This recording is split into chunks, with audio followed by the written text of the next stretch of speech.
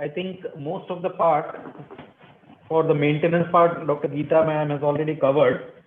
So I will brush up quickly certain more aspects and then we'll move on to the second stage. So beginning, let's briefing with this pain physiology, pain components. We have visceral and the somatic pain.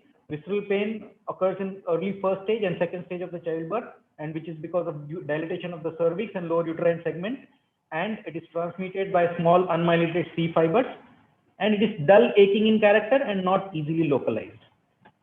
Later part, somatic pain, it is in the later stage of the second stage labor, which is due to stretching and distension of the pelvic floor and perineum and vagina, and it is carried by the A delta fibers, is very sharp in character and can easily be localized.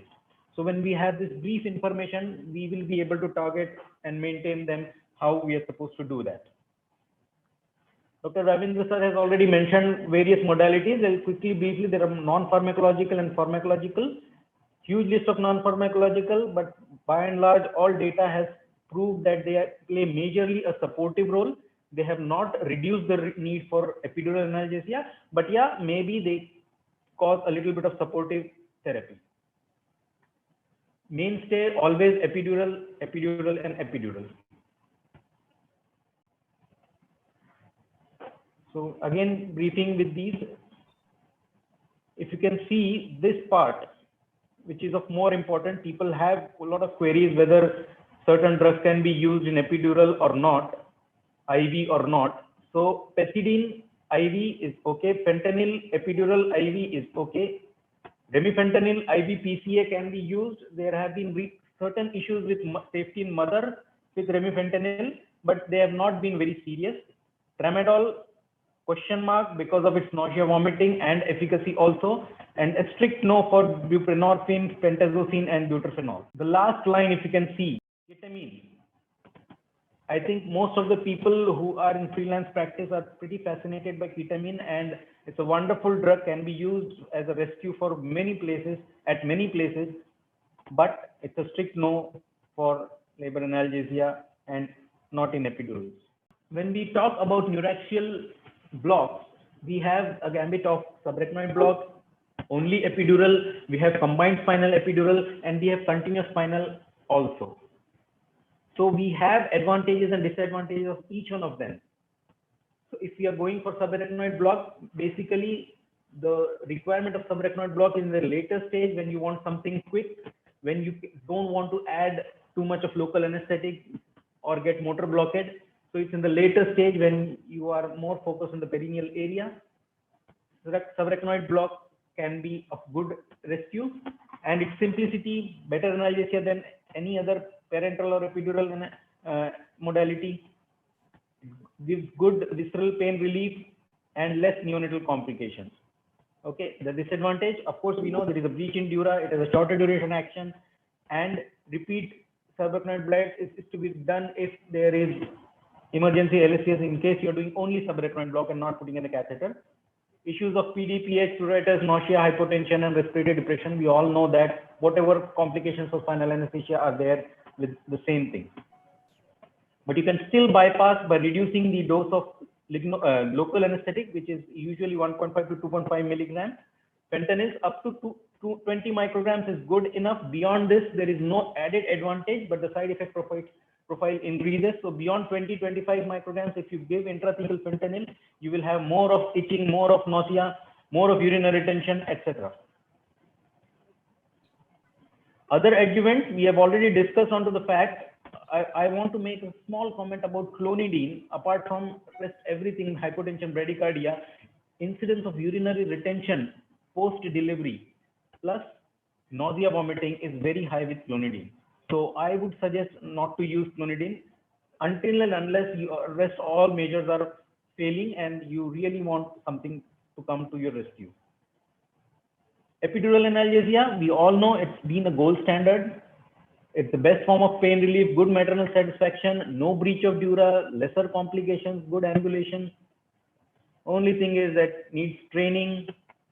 The onset is a little bit delayed, but I don't think in the long run it makes any difference. It only totally depends on the patient population you have and the stage you're putting it.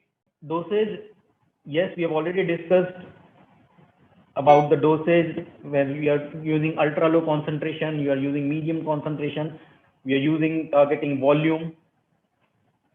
Combined spinal, when there is a requirement of immediate onset of pain relief, you might have some mother who would be wanting the relief to be immediate, then combined spinal epidural is a good option. Spinal gives you early onset and epidural gives you maintenance.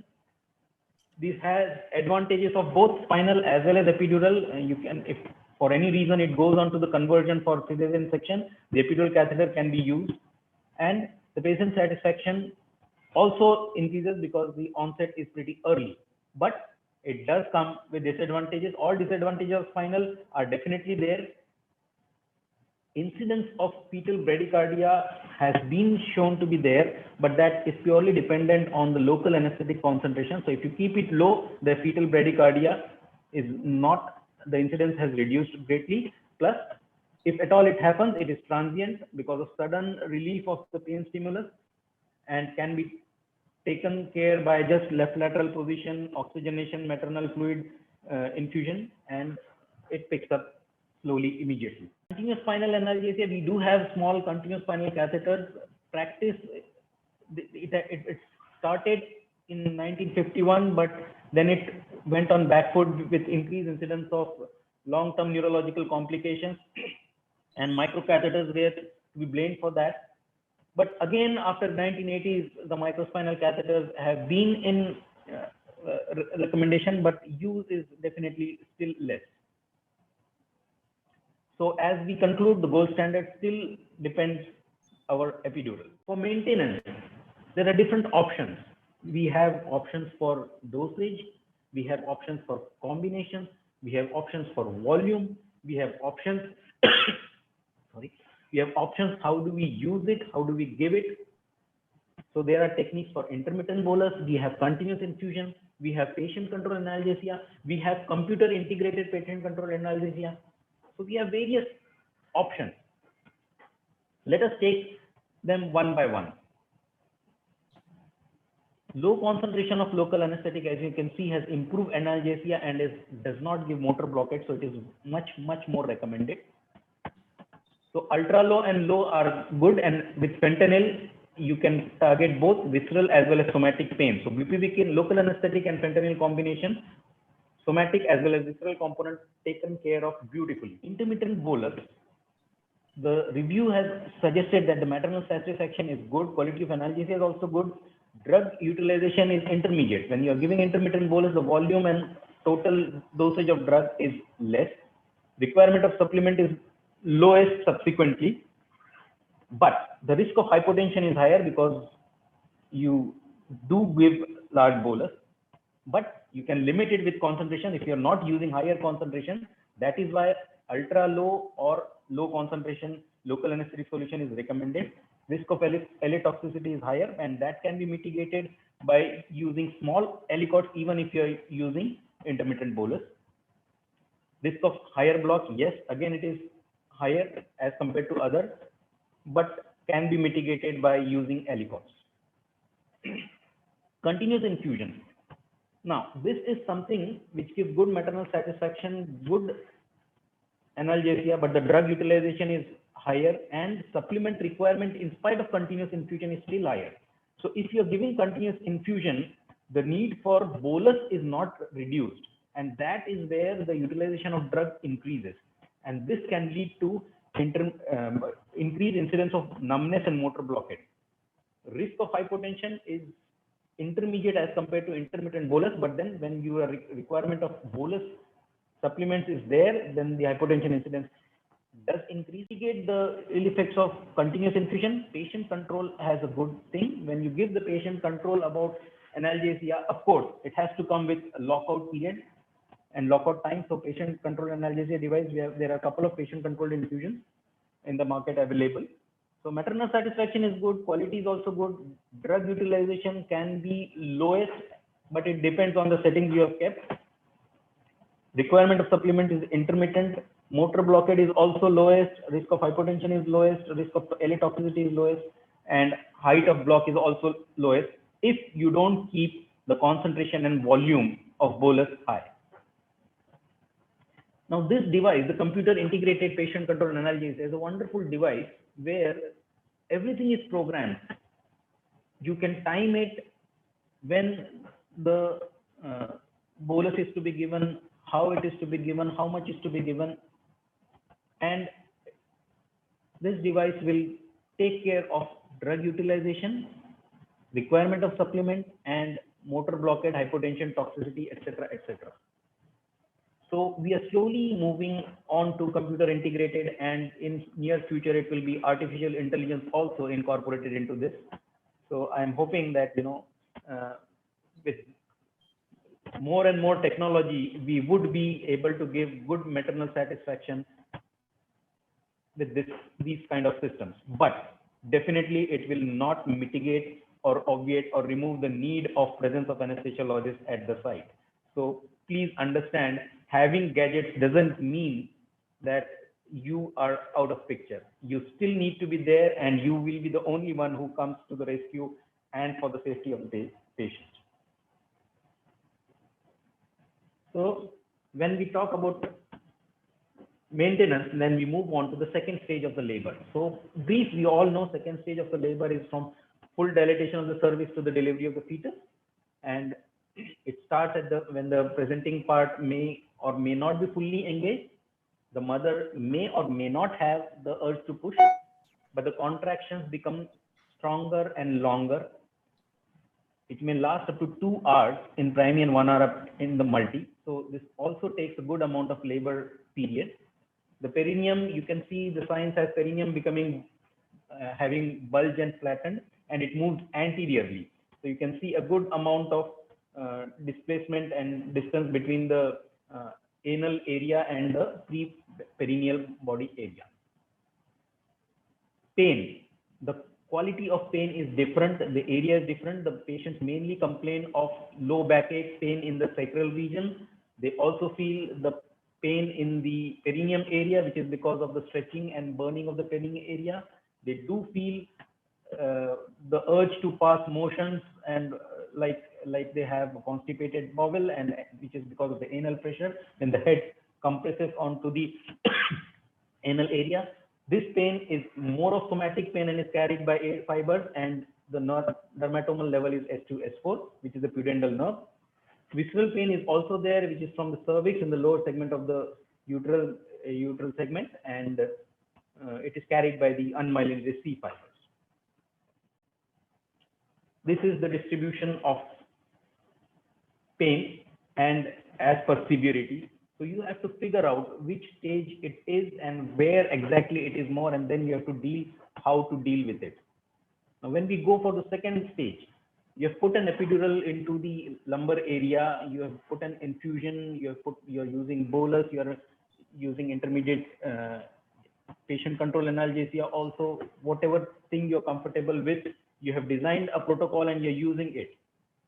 Still the patient has some complaint, you have to first figure out what area it is, go on to the dermatome and understand what area it is, and then treat it. This, when you put it in lumbar epidural, there has been recommendation that sacral point injection, so 2 injections simultaneously done at the posterior superior iliac spine, and 1 centimeter medial and 3 centimeter below the posterior superior iliac spine. So all injections done simultaneously on bilaterally, they give good relief in the sacral area and in the later stage of pain. Although I have never practiced it, because practically giving them simultaneously in a laboring patient, make them sit once again, becomes difficult when they are fully dilated. Even in lateral position, it becomes difficult. But yeah, research does say that it is good relief. It does give good relief.